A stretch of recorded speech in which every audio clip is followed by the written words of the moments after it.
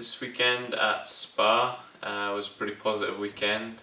We took a lot from it. We learnt a lot about not only about myself but about the car.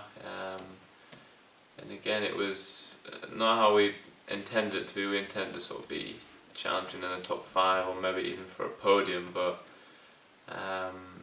we ended up where we did, and it was things like the practice and the first practice session didn't really pan out. I had a problem with my fuel pump, and then bounced back from that in practice 2 with a third, so that was pretty positive. And then going into the qualifying, I had pretty high expectations and hopes, but I think we made a few changes to the car beforehand, to try and improve some things what I was struggling with, but to be honest, I think it was a step in the wrong direction, to be honest. And in qualifying we ended up sort of mid-pack, and that's not really where I wanted to be.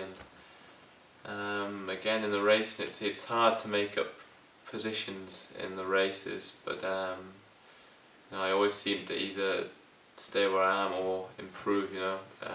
There's not many times where I've sort of went back in a race, and that's always a positive thing. And in race 2 it was a pretty strong race. Again, it was pretty unlucky that we had 2 safety cars in one race. It doesn't happen often, and especially when I'm on a pretty good I was on a pretty good run, having started 10th and finished 7th, and then obviously Jorg was put back, so I ended up in 6th, which was a good result considering the circumstances what I was in. Like I say, 2 safety cars. We were only racing for, I think it was about 3 or 4 laps.